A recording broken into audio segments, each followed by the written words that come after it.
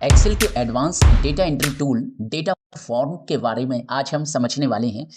Data form की सहायता से हम किसी भी डेटा एंट्री को बड़ी आसानी से सर्च भी कर सकते हैं। इसके लिए हमें यहाँ पे एक्सेल के इनबिल्ट टूल फॉर्म को सर्च कर लेना है। तो देखिए एक फॉर्म विंडो ओपन हो जाएगी। यहाँ पर ऑलरेडी मैंने डेटा बना रखा है। आप एंट्री कर रहे हैं तो पहले डेटा फील्ड बना लीजिए। फील्ड को एक साथ सेलेक्ट करके आप जैसे ही सर्च बार में फॉर्म लिखेंगे, ये डेटा फॉर्म खुल जाएगा और उसके बाद एक-एक में डेटा एंट्री एंटर कर सकते हैं। इसके लिए आपको न्यू पे जाना होगा। जैसे कि यहाँ पे मैंने न्यू पे क्लिक कर दिया है तो देखिए ये सभी फील्ड ब्लैंक आ गई हैं। अब यहाँ पे एक नई एंट्री करके मैं आपको बता देता हूँ।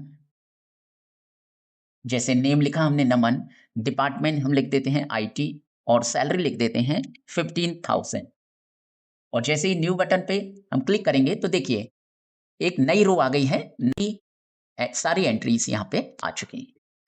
क्राइटेरिया में आप किसी भी फील्ड में अगर कोई एंट्री करके अगर उससे रिलेटेड डेटा एंट्री की जानकारी सर्च करना चाहते हैं तो आप कर सकते हैं। जैसे हम यहाँ लिखेंगे डिपार्टमेंट आईटी।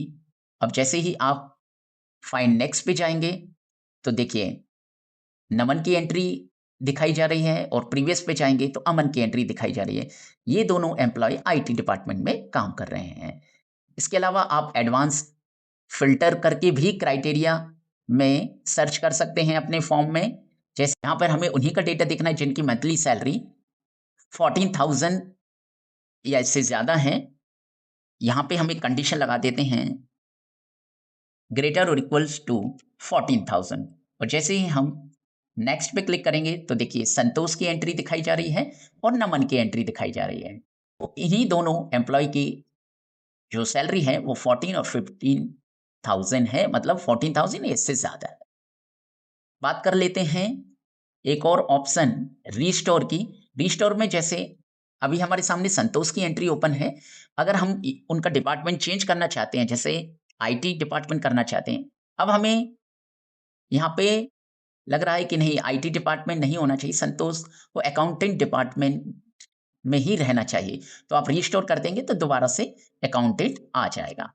लेकिन अगर आपने यहाँ पे न्यू बटन पे क्लिक कर दिया या एंटर प्रेस कर दिया कीबोर्ड से तो फिर उसके बाद ये आपका जो पुराना डेटा है वो रिस्टोर नहीं हो पाएगा।